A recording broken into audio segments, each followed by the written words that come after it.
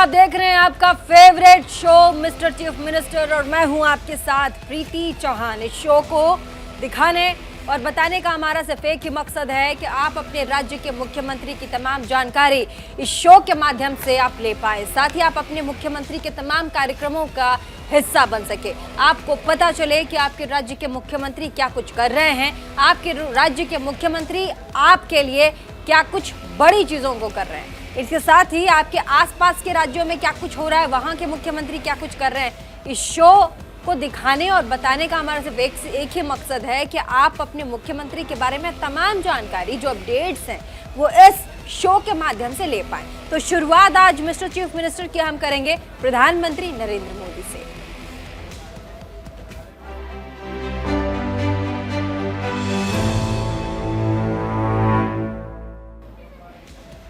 और दिल्ली में प्रधानमंत्री नरेंद्र मोदी ने गुजरात रोजगार मेले को वीडियो कॉन्फ्रेंसिंग के जरिए संबोधित किया। प्रधानमंत्री मोदी ने कहा कि आज के इस आयोजन से हजारों परिवारों की होली के इस महत्वपूर्ण त्योहार की खुशी कई गुना बढ़ गई है। कुछ ही समय के भीतर गुजरात में दूसरी बार रोजगार मेले का आयोजन हो रहा है। प्रधानमंत्री ने खुशी जताते हुए कहा कि ज्यादा से ज्यादा संख्या में रोजगार उपलब्ध कराने के लिए केंद्र सरकार के सभी विभाग, एनडीए की राज्य सरकारें लगातार काम कर रही हैं। केंद्र सरकार के अलावा अब एनडीए के शासन वाले 14 राज्यों और केंद्र शासित प्रदेशों में लगातार रोजगार मेलों का आयोजन हो रहा है। और क्या कुछ कहा प्रधानमंत्री नरेंद्र मोदी ने, आप भी जरा सुनिएगा। आज के इस आयोजन से हजारों परिवारों की होली के इस महत्वपूर्ण त्योहार की खुशी कई गुना बढ़ गई है।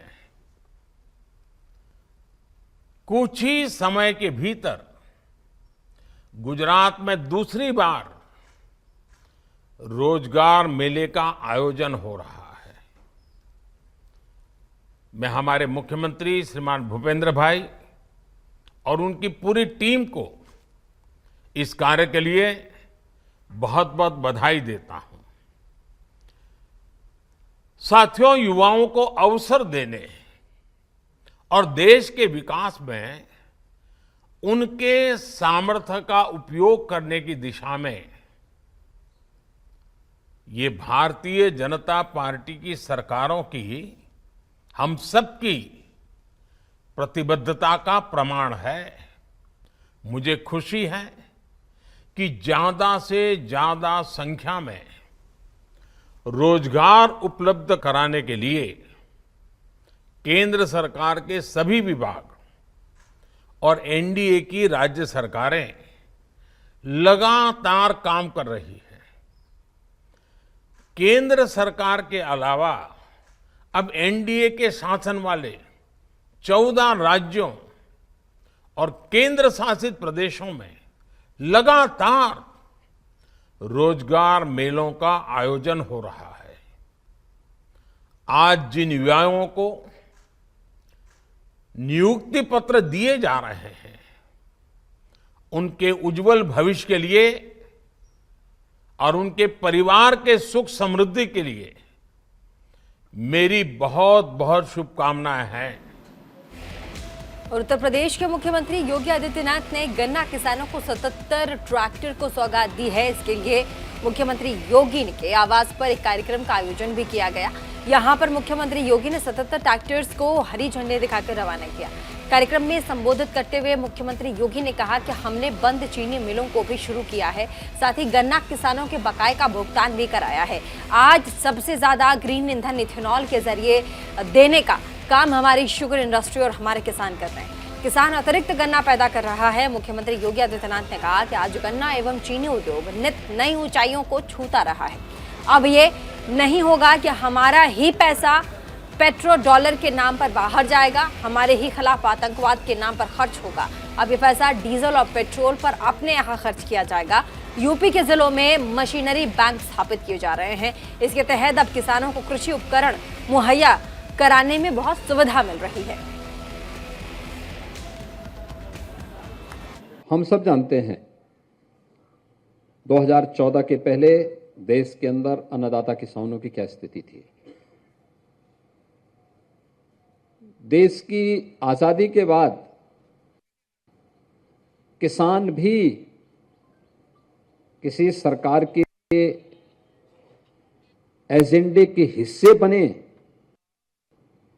और ईमानदारी से व्यवहारिक धरातल पर शासन की योजनाओं का लाभ उन्हें प्राप्त हो। यह संभव हो पाया जब प्रधानमंत्री के रूप में आदरणीय नरेंद्र मोदी जी इस देश के अंदर विराजमान हुए। और आज आप देख सकते हैं कि प्रधानमंत्री बनने के साथ ही प्रधानमंत्री मोदी जी ने पहले जो निर्णय लिए उनमें से सॉयल हेल्थ कार्ड से शुरू होता है, जो प्रक्रिया प्रारंभ होती है, किसान बीमा की योजना, कृषि सिंचाई की योजना, और आज आपने देखा होगा लागत का 1.5 गुना दाम देने के साथ ही प्रधानमंत्री किसान सम्मान निधि का लाभ हर उस किसान को उपलब्ध कराने जो पहले साकारों पर निर्भर रहता था।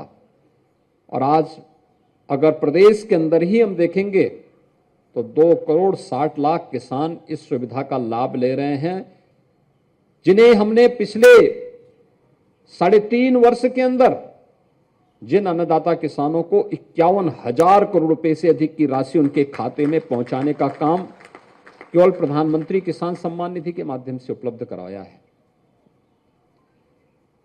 किसान तो किसान होता है, उसकी कोई जाति, कोई मत और कोई मजहब नहीं होता है। 2017 के पहले क्या स्थिति थी प्रदेश के अंदर किसानों की? पानी नहीं मिल पाता था, बिजली नहीं मिलती थी, दशकों से लंबी सिंचाई की परियोजनाएं जहां की तहां पड़ी हुई थी। प्रधानमंत्री कृषि सिंचाई योजना को समयबद्ध ढंग से आगे बढ़ाने का परिणाम क्या रहा? लगभग 22 लाख हेक्टेयर भूमि को अतिरिक्त सिंचाई की सुविधा हम लोगों ने प्रदेश के अंदर उपलब्ध कराई। और सिंचाई बुनियादी सुविधा है, किसान को समय पे बीज मिले, समय पे खाद मिले, समय से तकनीक मिले, खेत को समय पर पानी मिले और समय पे उसकी उपज का उसे उचित दाम मिल जाए। हमारा अन्नदाता किसान तो यही चाहता है और यही तो कमी थी। 17 के पहले प्रदेश के अंदर किसान आत्महत्या करता था, खेती घाटे का सौदा मानी जाती थी। मैं धन्यवाद दूंगा उत्तर प्रदेश में गन्ना विभाग की अपनी पूरी टीम को। आज जब यहां पर यह कार्यक्रम होने जा रहा है, इतना बड़ा इवेंट, 77 ट्रैक्टर एक साथ प्रदेश की गन्ना समितियों को, अन्नदाता किसानों के लिए, गन्ना उत्पादक किसानों की सुविधा के लिए उपलब्ध करवाया जा रहा है, तब उत्तर प्रदेश देश के अंदर एक नया रिकॉर्ड भी बना रहा होगा। और अब बात छत्तीसगढ़ की कर लेते हैं। छत्तीसगढ़ में यहां पर प्रदेश के मुख्यमंत्री भूपेश बघेल ने अपने कार्यकाल का अंतिम बजट पेश किया है। आपको बता दें कि इस बजट में मुख्यमंत्री भूपेश बघेल ने सरकार की अपनी उपलब्धियां गिनाई हैं। उन्होंने कार्यकाल की उपलब्धियां बताते हुए कहा कि उनकी सरकार में ग्रामीण और शहरी अर्थव्यवस्था मजबूत हुई है, प्रदेश की प्रगति ही संकल्प है। इसके साथ ही राज्य की आर्थिक स्थिति का सर्वेक्षण भी मुख्यमंत्री ने पेश किया। राज्य सरकार ने कार्यकाल के आखिरी बजट को भरोसे का बजट बताया है। इस दौरान मुख्यमंत्री ने कहा कि उन्होंने गोबर को गोधन बना दिया, जिनकी पूरे देश में सराहना भी हुई। चुनावी साल होने के नाते इस साल बजट में मुख्यमंत्री बघेल ने जनता से कई लुभावनी घोषणाएं भी की है। क्या कुछ कहा बघेल साहब ने, एक बार सुनिएगा। यह मुख्य रूप से जो बजट है वो गरीबों के, किसानों के, मजदूरों के, आदिवासियों के लिए, नौजवानों के लिए, बेरोजगारों के लिए इस बजट में प्रावधान किया गया है। छत्तीसगढ़ जो धान का कटोरा कहलाता था, हम लोगों ने पिछले 4 वर्षों में अब धन के कटोरे के रूप में परिवर्तित किया है। बजट एक नजर में आपको बताना चाहूंगा। पिछले साल कुल आय 1,04,000 करोड़ था, अब बढ़ के 2023-24 का बजट अनुमान है 1,21,501 करोड़ का। व्यय पिछले साल 1,04,000 करोड़, वहीं अनुमानित जो 2023-24 का 1,21,500 करोड़। राजस्व व्यय पिछले समय 88,372 करोड़, और जिसमें पूंजीगत व्यय 15,241 करोड़, और इस वर्ष 102 करोड़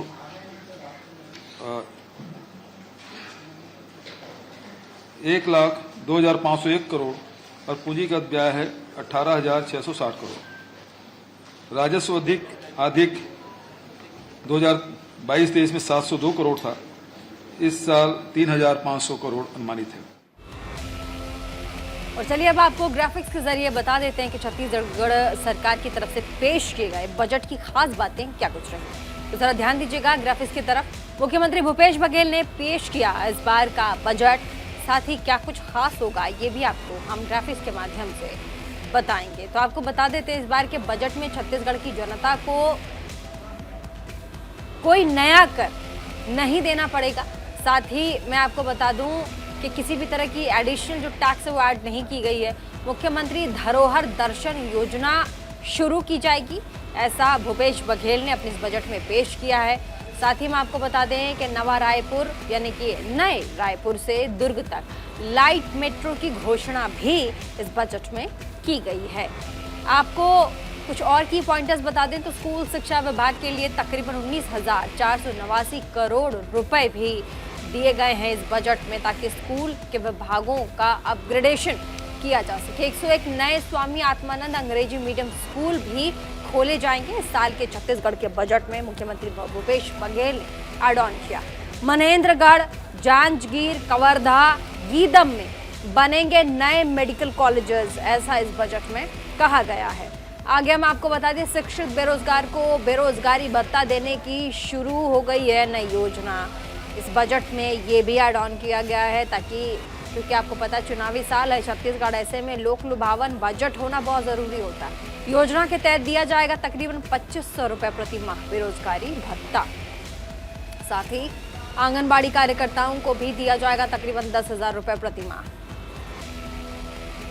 आपको पॉइंटर्स के जरिए बता देते हैं छत्तीसगढ़ सरकार ने इस बार के बजट में क्या कुछ लोगों को दिया है। तो मुख्यमंत्री कन्या विवाह सहायता राशि के रूप में अब तकरीबन 50,000 रुपए दिए जाएंगे। पंचायत एवं ग्रामीण विकास विभाग के लिए 10,329 करोड़ रुपए दिए जाएंगे। आगे अगर बताएं तो कृषि विभाग के लिए तकरीबन 10,070 करोड़, सड़कों के लिए 500 करोड़ का प्रावधान इस बजट में किया गया है। सुदूर क्षेत्रों में मोबाइल मेडिकल यूनिट की स्थापना हेतु 5 करोड़ की मंजूरी भी दी गई है। रेलवे ओवरब्रिज निर्माण के लिए 50 करोड़ का प्रावधान इस बजट में किया गया है। तो ये छोटे छोटे पॉइंटर्स हैं जो हम आपको बता दें। रेलवे ओवरब्रिज निर्माण के लिए 50 करोड़ रुपए का प्रावधान, और ये छत्तीसगढ़ सरकार की तरफ से, क्योंकि इस साल आपको पता है छत्तीसगढ़ में विधानसभा चुनाव है, ऐसे में छत्तीसगढ़ सरकार की तरफ से राज्य के लिए बजट पेश किया गया। तकरीबन जो बजट था वो जनता को, छत्तीसगढ़ वासियों को लोक लुभावन, उनको लुभा लेने वाला बजट रहा। अब आगे बढ़ेंगे, हम बात कर लेते हैं दिल्ली की। यहाँ पर एनसीआर वालों को दिल्ली सरकार ने होली से पहले तोहफा दिया। दिल्ली का आश्रम फ्लाईओवर आज से हल्के वाहनों के लिए खोल दिया गया है। फ्लाईओवर का उद्घाटन दिल्ली के मुख्यमंत्री अरविंद केजरीवाल ने किया है। इस मौके पर मुख्यमंत्री केजरीवाल ने कहा कि आज बेहद खुशी का दिन है कि आज आश्रम फ्लाईओवर को जनता के लिए खोल दिया गया है। इससे अब घंटों तक के जाम में लोगों को फंसा नहीं रहना पड़ेगा, उन्हें इससे निजात मिलेगी। 3 रेड लाइट से फ्री हो जाएंगे। साथ ही मुख्यमंत्री ने यह भी कहा कि नोएडा से मेडिकल तक बिना रेड लाइट फर्राटे से आप सीधा जा सकते हैं। साथ ही हाई टेंशन वायर के चलते फिलहाल लाइट व्हीकल ही इससे गुजर सकेंगे। इस दौरान उन्होंने बिहार के पूर्व मुख्यमंत्री राबड़ी देवी के आवास पर सीबीआई के छापे को लेकर भी कहा विपक्षी नेताओं को निशाना बनाया जा रहा है, उन्हें परेशान करना सरकार का मकसद है।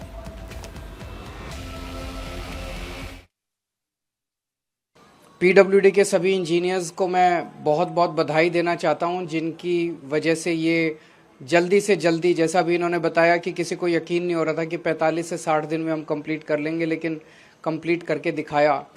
अभी 2-4 छोटी छोटी चीज़ें बाकी हैं। जैसा बताया गया कि हाई टेंशन वायर एक है, तो कुछ दिन तक अभी इस पर लाइट व्हीकल्स चलेंगे।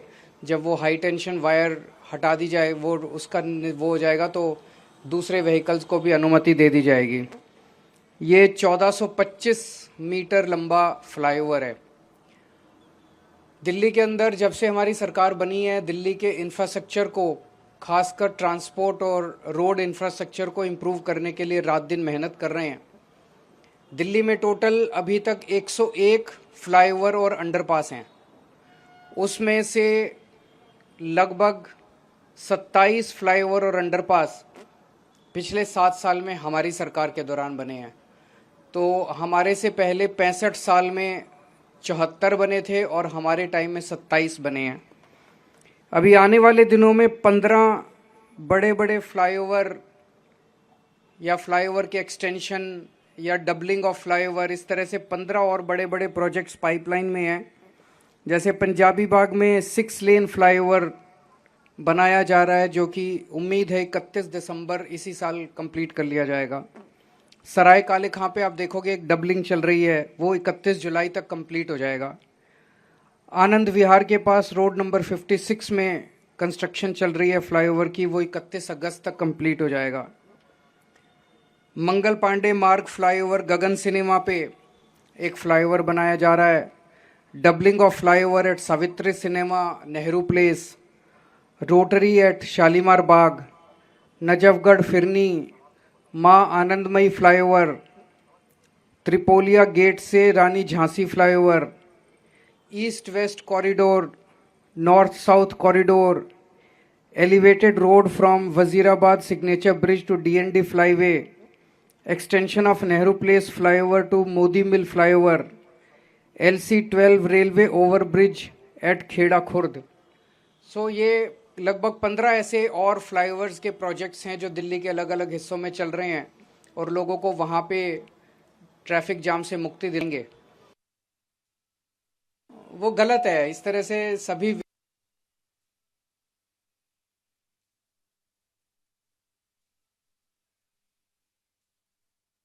विपक्ष के लोगों के ऊपर छापे मारना, उनको प्रताड़ित करना सही नहीं है। उससे जोड़ के भी हो सकता है, क्योंकि जिस तरह से मैंने कल इसके ऊपर बोला भी था कि जिस तरह से ये ट्रेंड बनता जा रहा है कि विपक्ष के जितने भी राज्य हैं उन राज्यों में काम नहीं करने दिया जाएगा।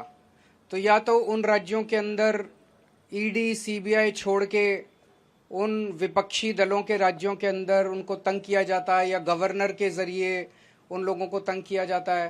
तो इस तरह से ये ठीक नहीं है, क्योंकि जनतंत्र तो तभी चलेगा, देश तो तभी आगे बढ़ेगा जब सारे मिलके काम करेंगे। तो चाहे पक्ष हो चाहे विपक्ष हो, जिसको भी वोट मिला उसकी सरकार बनी, उसकी सरकार को काम करने दिया जाना चाहिए। तो आपने मुख्यमंत्री को सुना, अरविंद केजरीवाल को सुना, लेकिन अब आगे बढ़ेंगे। आपको ग्राफिक्स के माध्यम से भी हम बता देते हैं कि इस फ्लाईओवर से जुड़ी हुई बड़ी बातें क्या कुछ है। छोटे छोटे पॉइंटर्स है, जरा ध्यान से देखिएगा। अब आज से जो आश्रम का फ्लाईओवर है वो आम लोगों के लिए खोल दिया गया है। आम लोगों के लिए ये फ्लाईओवर खोल दिया गया है।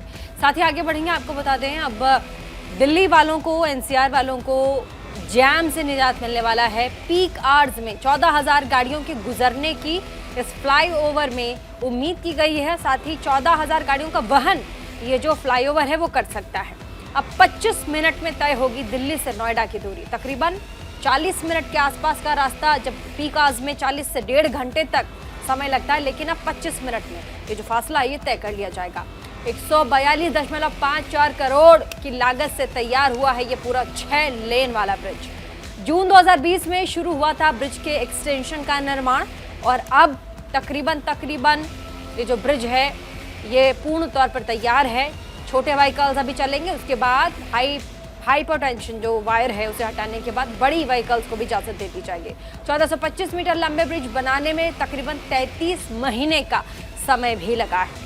और अब बात उस खबर की कर लेते हैं जिसकी चर्चा सुबह से ही नेशनल मीडिया में है। बात बिहार की कर लेते हैं। यहाँ पर लैंड फॉर जॉब स्कैम यानी कि नौकरी के बदले जमीन घोटाला मामले में सीबीआई की जो टीम है वो पटना में राबड़ी देवी के आवास तक जा पहुंची। उनसे पूछताछ तकरीबन 4 से 5 घंटे तक की गई है। इस मामले में बिहार के डिप्टी सीएम तेजस्वी यादव ने सीबीआई की तरफ से मां राबड़ी से पूछताछ पर अपनी प्रतिक्रिया दी। इस दौरान तेजस्वी यादव ने बीजेपी पर जमकर निशाना साधा और साथ ही उन्होंने कहा कि जिस दिन बिहार में महागठबंधन को विश्वास मत हासिल हुआ था, हमारी सरकार बनी थी, मैंने कहा था कि यह सिलसिला जारी रहेगा। डिप्टी सीएम ने आगे कहा कि अगर आप बीजेपी के साथ रहेंगे तो राजा हरिश्चंद्र कहलाएंगे, लेकिन हमें इससे कोई फर्क नहीं पड़ रहा। बिहार की जनता सब देख रही है और बीजेपी को जवाब भी देगी।